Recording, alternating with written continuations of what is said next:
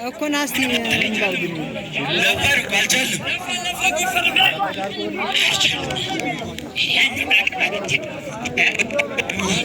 አይቻልም። እኛ ከዚህ በላይ ለምሰማው ነገር ምንድን ነው? የሚነግረኝ የለም። እኛ የእኛ ክል ጊዜ እኮ ለፋ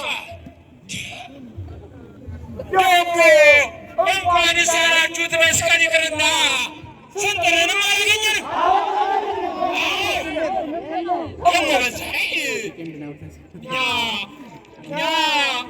ቤተሰቦቻችን አስከሆነ ወደ ቤታችን ሄዳንል። በቃ የቅሬታችን ንግሥቷ ይነገርልን። ይህን ጥያቄ ንግሥቷ ትመልስላችኋለች። ወደ ንግሥቷ ጋር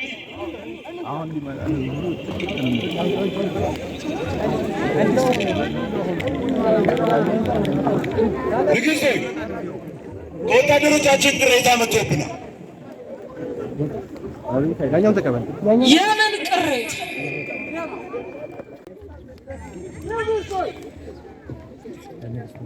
እኛ እኮ አልቻልንም።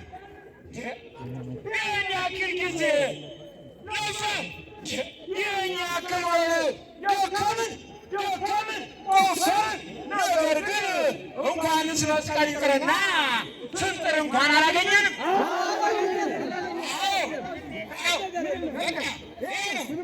ደግሞ እንደገና እኛ ቤተሰቦቻችን ናፍቀውናል፣ ልጆቻችን ናፍቀውናል።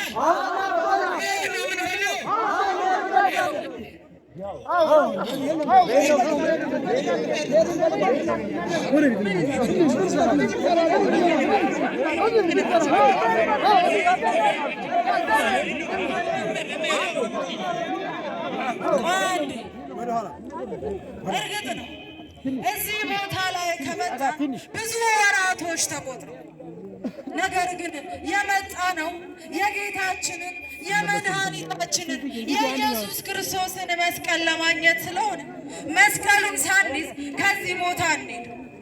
ንግሥቶ ፍቃዶ ከሆነ ያሰናብጡ። ይልቅስ መስቀሉ አለበት የተባለ ስፍራ ላይ ወርቅ ቀብር፣ በቁፋሮ ወቅት ይህንን ወርቅ ያገኘ ለግል ጥቅሙ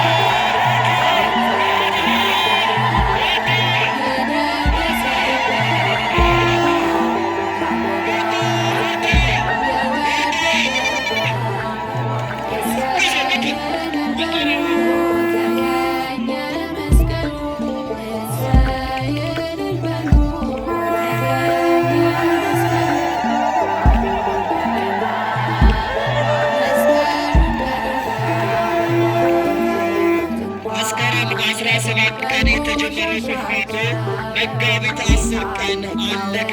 የጌታችን የመድኃኒታችን የኢየሱስ ክርስቶስ መስቀል ከተቀበረበት ቦታ ወጣ።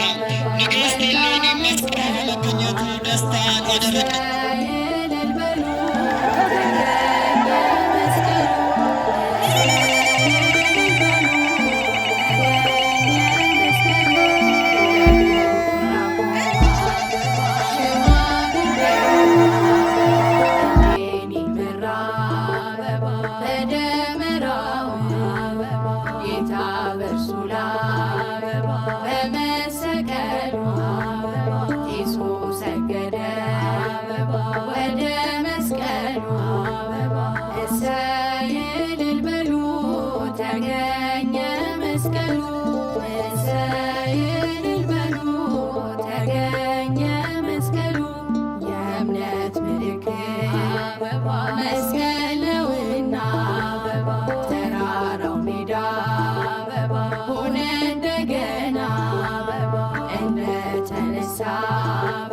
ጌታ እንደ ቃሉ ከጉድጓድ ወጣ ዕፀ መስቀሉ እሰይ እልል በሉ ተገኘ መስቀሉ እሰይ እልል በሉ ተገኘ መስቀሉ እኛም በመስቀል እንመካለን በእግዚአብሔር ጥበብ መቼ እናፍራለን ሞኝነት እንኳን ቢሆን ለዓለም አይንዘወይ